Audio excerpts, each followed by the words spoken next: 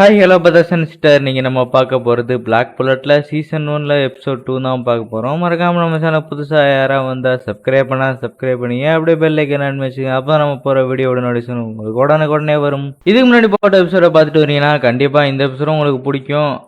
அப்படியே கீழே இருக்க அஃபீஷியல் சோசியல் மீடியா லிங்க்கெல்லாம் ஃபாலோ பண்ணிக்கோங்க. இந்த எபிசோட எவ்வளோக்குள்ள டீட்டெயிலாக எக்ஸ்பிளைன் முடியும் அவ்வளோக்குள்ள டீட்டெயிலாக எக்ஸ்பிளைன் பண்ணி உங்களுக்கு நான் கொடுக்குறேன். ஓகே காஸ், வளவலும் பேசாமல் எபிசோடுக்குள்ளே போயிடலாம். எபிசோட ஸ்டார்டிங்கில் அதுக்கப்புறம் ஒரு ஸ்கூலை கட்டுறாங்க. ஸ்கூலில் பார்த்தா நம்ம ஹீரோ பெஞ்சில் படுத்து தூங்கிட்டு இருக்கான். அவனுக்கு ஒரு கால் வருது. இப்போதைக்கு இந்த டயத்துக்கு கால் பண்ணேன், உனக்கு ஒரு வேலை இருக்குது, வேமா மினிஸ்ட்ரி ஆஃப் டிஃபென்ஸா? என்னதே மினிஸ்ட்ரி ஆஃப் டிஃபென்ஸா? ஆமாம், இப்போ எதுக்காக எல்லாத்தையும் கூப்பிட்டுருக்காங்க? நேற்று நடந்த விஷயத்துக்காகவா? அது எனக்கே தெரில, வர சொன்னாங்க, வந்திருக்கேன். இதுதான் டெண்டோ சிவில் செக்யூரிட்டி ஏஜென்சி, உள்ள போங்க அப்படின்னு சொல்லிட்டு ஒரு ஆள் சொல்றாரு. 2 பேரும் உள்ள போறாங்க. உள்ள போனவொடனே 2 பேத்துக்குமே சாக்கு. சாரா, இங்க இருக்க எல்லாருமே நீ நினைக்காத கரெக்டு தான், இவங்க தான் டோக்கியோட டாப் கிளாஸ் செக்யூரிட்டி ஏஜென்சி. உள்ள போறப்ப மலமாடு மாதிரி ஒருத்தன் வந்து முன்னாடி நிக்கிறான். இப்ப எல்லாம் சிவில் செக்யூரிட்டியில கிட்ஸ் எல்லாம் ஜாயின் பண்ண ஆரம்பிச்சிட்டாங்களா? ஏன் அதுல உனக்கு அதாவது பரவாயில்ல இருக்கா? ஃபர்ஸ்ட் உன்னை அறிமுகப்படுத்திக்கணும், அது உனக்கு தெரியுமா தெரியாதா? நீ ஒரு ப்ரொமோட்டர் தானே, உன்னோட டூல் எங்க? டூல்னா உன்னோட இனிஷியேட்டர் அப்படின்னு சொல்லாமே நம்ம ஹீரோவுக்கு டக்குன்னு கோவம் வந்து, எப்படி நீ என்னோட என்ஜிஓ வந்து டூல்னு சொல்லலாம் அப்படின்னு சொல்லிட்டு கத்துறான். உடனே இந்த மலமாடு அட்டாக் பண்ண போகவும் சோகன் நிறுத்து அப்படின்றான். அவனை நிறுத்திடுறான். அவனும் ஓகேன்னு சொல்லி கிளம்பிட்டான். அதுக்கப்புறம் கிசார் அவங்க பிளேஸ்ல போய் உட்காந்துட்டு நம்ம ஹீரோவை பார்த்து கேட்கறாங்க, ரெண்டாரோ நீ அட்டாக் பண்ண ராயல் கார்டோட ரேங்க் உனக்கு தெரியுமா? அவங்க 1854 ரேங்க்ல இருக்காங்க. ஆனா நீயும் எஞ்சுவும் 1,20,000 ரேங்க்ல தான் இருக்கீங்க. அவன் உன்னோட பவர்ஃபுல் அப்படின்னு சொல்லவே நம்ம ஹீரோ ஒரு மாதிரி மூஞ்சி வச்சுக்கிறான். நம்ம 2000 வச்சுக்கிறான். உண்மைதான், இங்க வந்திருக்க ஆபீசர்ஸ் எல்லாம் டோக்கியோல இருக்க பெஸ்ட் சிவில் ஆபீசர்ஸ். அப்படியே எல்லாத்தையும் பார்த்துட்டு இருக்கல, அந்த சோகனோட இனிஷியேட்டர் மட்டும் நம்ம ஹீரோ ஒரு மாதிரி பார்த்துட்டு நான் கோவமா இருக்கேன் அப்படின்றா. நம்ம ஹீரோவும் இவ எதுக்கு அப்படி பாக்குறா அப்படின்னு வச்சுக்கிறான். அப்பதான் அங்க ஒரு அனௌன்சர் வராரு. அவர் வந்துட்டு, நாங்க இப்ப கொடுக்க போற ஜாப் வந்து உங்களுக்கு பண்ண ரெடியா இருந்தா இங்க இருங்க, இல்லாட்டி கிளம்பிருங்க அப்படின்ற மாதிரி சொல்றாரு. இங்க இருக்க யாரும் கிளம்பல. அதுக்கப்புறம் அங்க ஒரு டிவி ஆன் ஆகுது. டிவி ஆன் ஆனோன்னு எல்லாரும் எந்திரிச்சுன்னு மாதிரியே கொடுக்குறாங்க. யாரான்னு பார்த்தா சைத்தன்சி, டோக்கியோவோட ரூலர். அதுவும் இல்லாம எங்க அப்பா அம்மா இறந்ததுக்கப்புறம் என்னை தத்தெடுத்து வளர்த்ததும் அவர் தான். அதுவும் இல்லாம நம்ம கிசாராவோட கிராண்ட்ஃபாதரும் அவர் தான் சொல்லிட்டு நம்ம ஹீரோ சொல்லிட்டு இருக்கான். அதுக்கப்புறம் அவங்க பேச ஆரம்பிக்கிறாங்க. உங்களுக்காக 2 ரெக்வஸ்ட் இருக்கு. ஃபர்ஸ்ட் ரெக்வஸ்ட், கேஸ்டியாவோட சோர்ஸ் அளிக்கணும்.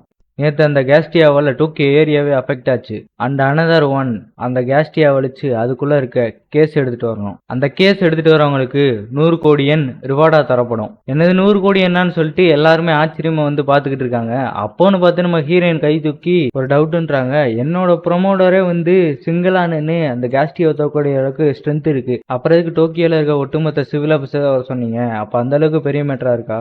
முதல்ல நீ யாருன்னு நம்ம கிசாராவை பார்த்து கேட்க, கிசாரா டெண்டோ ஃப்ரம் டெண்டோ சிவில் ஆபீசர் ஏஜென்சி. அப்பதான் அந்த ரூலருக்கே தெரியுது நம்ம கிசாரா டெண்டோவோட ஃபேமிலின்னு. டெண்டோவோட ஃபேமிலியா இருந்தாலும் உனக்கு ஆன்சர் பண்ண முடியாது, இது பிரைவேசி மேட்டர் அப்படின்னு சொல்லிட்டு ரூலர் சொல்றாங்க.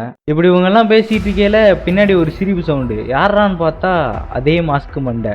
நம்ம ஹீரோ மட்டும் இவன் அப்புறம் உள்ள வந்தான்னு சொல்லி யோசிச்சுக்கிட்டு இருக்கான். மற்ற எல்லாரும் ஆச்சரியமா பாக்குறாங்க. அவன் எந்திரிச்சு அவனே இன்ட்ரடியூஸ் பண்ணிக்கிறான். என்னோட பேர் தான் காங்கட்டேனே ஹிருகோ. ஐ திங்க் இதுதான் என்னோட ஃபர்ஸ்ட் மீட்னு நினைக்கிறேன் அப்படின்னு சொல்லிட்டு அவன் சொல்றான். அதுக்கப்புறம் நம்ம ஹீரோவை பார்த்து, நீ என்ன பண்ற சட்டோமி அப்படின்னு கேட்குறான். அதுக்கு நம்ம ஹீரோவும், ஆமா நீ எப்படி வந்த? ஃப்ரண்ட் டோர் வழியாக தான் வந்தேன், ஆனால் வரப்போ 4 பேர் தடுத்தானுங்க, அவனுங்களை மட்டும் நான் கொண்டேன் அப்படின்னு சொல்லிட்டு அவன் சொல்கிறான். நான் என்னோட இனிஷியேட்டர் இன்ட்ரடியூஸ் பண்ணுறேன்னு சொல்லிட்டு அவனும் இன்ட்ரடியூஸ் பண்ணுறான். இங்கே வா கோகினே அப்படின்றான். அந்த பொண்ணு எஸ் பாப்பான்னு சொல்லிட்டு வருது.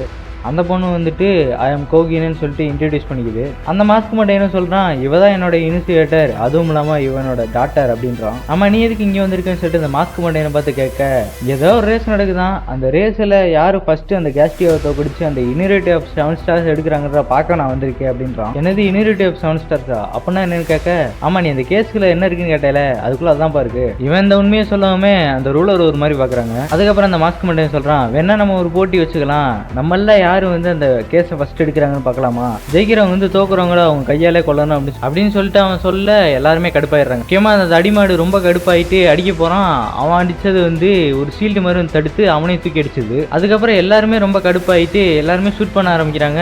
பட் அவன் மேல ஒரு புல்லட் கூட படல. அதுக்கப்புறம் நம்ம ஹீரோ மாஸ்க் மட்டும் என்ன பார்த்து கேட்கிறான், இது என்ன ஷீல்டா? ஆமா ஷீல்டு, இதை நார்மல் மனுஷங்களால பண்ண முடியாது, பட் என்னால பண்ண முடியும், ஏன்னா நான் என்னோட பாடியை வந்து வேற மேல ஃபுல்லா மாத்தி வச்சிருக்கேன்னு சொல்லிட்டு அந்த மாஸ்க் மட்டும் என்ன சொல்றான். அதுக்கப்புறம் அந்த மாஸ்க் மண்டையை எல்லா புல்லட்டையும் ரிலீஸ் பண்ணி திருப்பி அனுப்பிச்சு விடுறான். நம்ம ஹீரோ உசராயிட்டு நம்ம கிசாராவை மட்டும் காப்பாத்தி விட்டுறான். சரி சட்டோமி, மீண்டும் சந்திப்போம், உனக்காக ஒரு கிஃப்ட் இருக்கு அப்படின்னு சொல்லிட்டு ஒரு பாக்ஸ் வச்சுட்டு கிளம்பிட்டான். அதுக்கப்புறம் ஒரு செக்ரட்டரி ஓடி வந்து எங்க பிரசிடென்டோட தலையை வெட்டி ஒருத்தன் கொண்டு போயிட்டான் அப்படின்னு சொல்றான். அந்த பாக்ஸ்ல இருந்து ரத்தமா வடியுது. அதுக்கப்புறம் தெரியுது அந்த பாக்ஸ்ல அவரோட தலை தான் இருக்குன்னு. அப்படியே சீன் காட்டாது. நம்ம ஹீரோவும் எஞ்சுவும் ஷாப்பிங் போயிட்டு வரையில நம்ம எஞ்சு ஹீரோட கையில ஒரு பிரேஸ்லெட்டை மாட்டி விட்டு, இந்த பிரேஸ்லெட் இருக்க வரைக்கும் நீ என்னை ஏமாத்தவே முடியாது 2000. அது மட்டும் இல்லாம கிசாராட்ட நீ வளைஞ்சேன்னா அந்த பிரேஸ்லெட் உடஞ்சிரும், அதுக்கப்புறம் எனக்கு தெரிஞ்ச ஒரு 2000 அப்படின்றா. எனக்கு ஒன்னதான் பிடிக்கும்னு சொல்லிட்டு நம்ம ஹீரோவும் சொல்றான். அதுக்கப்புறம் ஒரு பொண்ணு திடீர்னு ஓடி வந்து நம்ம ஹீரோ முன்னாடி நிக்குது.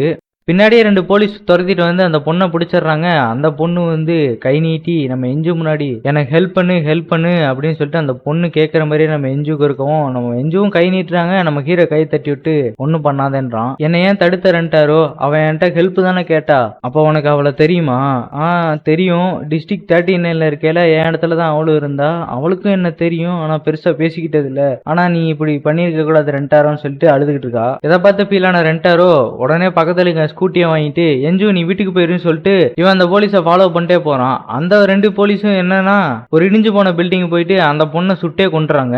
அதுக்கப்புறம் நம்ம ஹீரோ கடுப்பாயிட்டு கத்துறான், நம்மளை காப்பாற்ற வேண்டிய போலீஸ் எதுக்காக வந்து இப்படி கொல்றாங்க அப்படின்னு சொல்லிட்டு கத்துறான். அதுக்கப்புறம் அந்த பொண்ணுக்கு வந்து லைட்டா உயிர் இருந்திருக்கு. நம்ம ஹீரோ ஹாஸ்பிட்டல்ல கொண்டு போய் சேர்த்துட்டு வெயிட் பண்ணிட்டு இருக்க டாக்டர் வராரு. இந்த பொண்ணுக்கு எந்த பிரச்சனையும் எல்லாம் காப்பாத்திடலான்றாரு டாக்டர். நம்ம ஹீரோவும் இந்த பொண்ணுக்கு எவ்வளவு செலவானாலும் பரவாயில்ல, எல்லாத்தையும் நானே ஏத்துக்கிறேன்றான். அதுக்கப்புறம் நம்ம ஹீரோ சேடா நடந்து போயிட்டு இருக்கேல, பின்னாடி ஒரு வாய்ஸ், என்ன சட்டமிக்கோன் டயர்ட் ஆயிட்ட போல. மாஸ்க் மண்டே வரவுமே ஹீரோ கன் பாயிண்ட்ல நிப்பாட்டுறான். அவனும் அதே மாதிரி நிப்பாட்டுறான். மாஸ்க் மண்டேனும் ஹீரோ பார்த்துட்டு கண்ணை கீழே இருக்குன்றான். அதுக்கப்புறம் மாஸ்க் மண்டே அவன் பொண்ணுகிட்ட சொல்றான், இவனோட ரைட் ஆம் மட்டும் கட் பண்ணிருன்றான். அவனும் சரின்னு சொல்லிட்டு நம்ம ஹீரோ வந்துகிட்டே இருக்கா. நம்ம ஹீரோவும் டாச் பண்ணிட்டே இருக்கான். நீ இப்படியே டாச் பண்ணிக்கிட்டு இருந்தா நான் உன் தலையை வெட்டிடுவேன்றா. நம்ம ஹீரோ கட் பண்ண வரையில மேல இருந்து யாராவது தடுத்துறாங்க. யாரான்னு பார்த்தா நம்ம எஞ்சு தான். ஏ குட்டி பொண்ணு, உன்னோட நேம் என்ன? நான் குட்டினா நீயும் குட்டி தான். என்னோட பேரு எஞ்சு, நான் ரேபிட் மாடல் இனிஷியேட்டர். எஞ்சுவா, நான் மறக்காம இருக்க ட்ரை பண்றேன். நான் மன்டிஸ் மாடல். என்னோட பேரு கோகினே ஹிரோகோ. முடிஞ்சா க்ளோஸ் ரேஞ்சில் ஃபைட் பண்ணு. நான் அந்த ரேபிட் இன்னைக்கு கட் பண்ணாம விட மாட்டேன். உனக்கு நான் பல டைம் சொல்லியிருக்கேன் என்னோட அறிவு கட்ட மகளே. நோ, ஐ ஹேட் யூ பாப்பா. சட்டோமி, நான் ஸ்ட்ரெயிட்டாவே வரேன். உன்னை எனக்கு பிடிச்சிருக்கு, அதனால என் கூட ஜாயின் பண்ணிக்கிறியா? இப்ப நீ என்னதான் சொல்ல வரேன்ட்டு கேட்க, நீயே நல்லா யோசிச்சு பாரு. தூக்கி ஏரியை சுத்தி இப்ப கொஞ்ச நாள் சஸ்பீஸா நடக்கிற மாதிரி தெரியல. அதை சொன்னோடனே ஹீரோ அவனுக்கு நடந்ததெல்லாம் யோசிச்சு பாக்குறான். அதுக்கப்புறம் மாஸ்க் மண்டின்னு ஒரு பெட்டி எடுத்து காட்டி அந்த பெட்டி ஃபுல்லா பணத்தை காட்டுறான். நீ எஞ்சு ஒரு நார்மல் சைல்டா மாதிரி நார்மல் ஸ்கூலுக்கு போகணும்னு தானே பாக்குற. அதை சொன்னோடனே ஹீரோவுக்கும் எஞ்சுக்கும் ஒரே சாக்கு. நீ என்ன பண்ண போற சட்டோமி? இந்த பொண்ணுங்க எல்லாம் நெக்ஸ்ட் ஸ்டேஜ் ஹியூமனிட்டி, அவங்க எல்லாம் மிஞ்சி இருக்குது ஹோமோசேவியன்ஸ் மட்டும்தான். ரெண்டரோ, இது நான் உனக்கு கொடுக்குற ஆஃபர், நீ என் கூட வந்தா சர்வே பண்ணலாம். எங்க கூட வா சட்டோமி, ரெண்டாரோ அப்படின்னு சொல்லாமே நம்ம ஹீரோ அந்த பணத்து மேலே ஷூட் பண்ணிட்டு நான் இதை ரிஜெக்ட் பண்றேன்னு சொல்றான். ரெண்டாரோ, நான் உன்னை ஃபர்ஸ்ட் டைம் பார்த்தப்பே கொண்டிருக்கேன்னு சொல்லிட்டு நம்ம ரெண்டாரோ சொல்றான். நான் உனக்கு ஒரு ஆஃபர் கொடுக்கலான்னு பார்த்தேன், ஆனா அந்த ஆஃபரே நீ ரிஜெக்ட் பண்ணிட்ட சட்டோமி. அப்படியே அங்க போலீஸ் சைரன் சுத்தம் கேட்கவும், சரி சென்று வருகிறேன் சட்டோமி, மீண்டும் சந்திப்போம். நாளைக்கு நீ வேணா ஸ்கூலுக்கு போய் பாரு, ரியாலிட்டியா புரிஞ்சுக்க அப்படின்னு சொல்லிட்டு கிளம்பிட்டான். ரெண்டாரும் அவனோட இனிஷியேட்டர் ரொம்ப ஸ்ட்ராங்கா இருக்கா. நீ அவளை வின் பண்ணிடுவியா? எனக்கு தெரியல. அதுக்கப்புறம் நம்ம ஹீரோ வேமா சைக்கிள் ஓட்டிட்டு ஸ்கூலுக்கு போய் பாக்குறான். அங்க போய் பார்த்தா ஒரு டீச்சர் சொல்றாங்க, எஞ்சு இனிஷியேட்டர் ரூமர் வந்து ஸ்கூல் ஃபுல்லா பரவி இருக்கு. இதை கேட்டா நம்ம ஹீரோ பதறா, என்னது உண்மை தெரிஞ்சிச்சான்னு சொல்லிட்டு பதறான். அப்ப அதை எங்கள்கிட்ட இருந்து மறைச்சிட்டீங்களான்னு சொல்லிட்டு டீச்சர் கேட்கல. ஆமா, என்ன பண்றது, இனிஷியேட்டர்னு சொன்னா நீங்க வந்து ஸ்கூல்ல சேர்த்திருப்பீங்களா, அவளை வீட்டுக்கு அனுப்பிச்சு வச்சுட்டோன்னு சொல்லிட்டு அந்த டீச்சர் சொல்றாரு. நம்ம ஹீரோ வேமா வீட்டுக்கு போய் பாக்குறான். அங்க போய் பார்த்தா எஞ்சு இல்ல. அதுக்கப்புறம் சரி பாத்ரூம் செக் பண்ணி பாக்கலாம், பாத்ரூம் செக் பண்ணி பாக்குறான். எஞ்சு இருக்க மாதிரி காட்டுறானுங்க. பட் அது ஹீரோட இமேஜினேஷன் மட்டும் தான். ஹீரோட ஓல்டு மெமரிஸ் எல்லாம் நினைச்சு பார்த்துக்கிட்டு இருக்கான் என்ஜியோட இருந்தத. ரெண்டாவது எல்லா இடத்துலயும் தேடி பாக்குறான். மழை வெயில் பார்க்காம எல்லா இடத்துலயும் தேடி பாக்குறான். அதுக்கப்புறம் நம்ம ஹீரோ ட்ரைனேஜோட கேப் போய் தட்டுறான். அங்க இருந்து ஒரு பொண்ணு எட்டி பாக்குறா. உங்களுக்கு என்ன வேணும்னு கேட்கல ஹீரோ அந்த போட்டோவை காட்டி இவளை பாத்தியான்னு சொல்லிட்டு கேட்கறான். அவளும் இல்லைன்றா. சரி மத்தவங்களும் அங்க இருக்குன்னு கேட்கல, மத்தவங்களும் உள்ள இருக்காங்கன்னு சொல்லிட்டு அந்த பொண்ணும் கூட்டிட்டு போகுது. போகையில எல்டர்னு சொல்லிட்டு போகுது. அதுக்கப்புறம் ஒரு வயசானவர் காட்டுறாங்க. உங்க பேர் தான் எல்டரா? இல்லப்பா, அது என்னோட நிக் நேம் மட்டும் தான், எல்டர் என் பேர் கிடையாது. ஹீரோ என்ஜியோட போட்டோ காட்டி எவ்வளவு பாத்துறீங்கன்னு கேட்கறான். அவரும் பாக்கலன்றாரு. ஆமா, இப்ப நீங்க இதுல என்ன பண்ணிட்டு இருக்கீங்கன்னு கேட்கல, நான் அடுத்த ஜென்ரேஷனுக்காக வந்து உங்களை எல்லாம் ட்ரெயின் பண்ணிட்டு இருக்கேன் அப்படின்றாரு.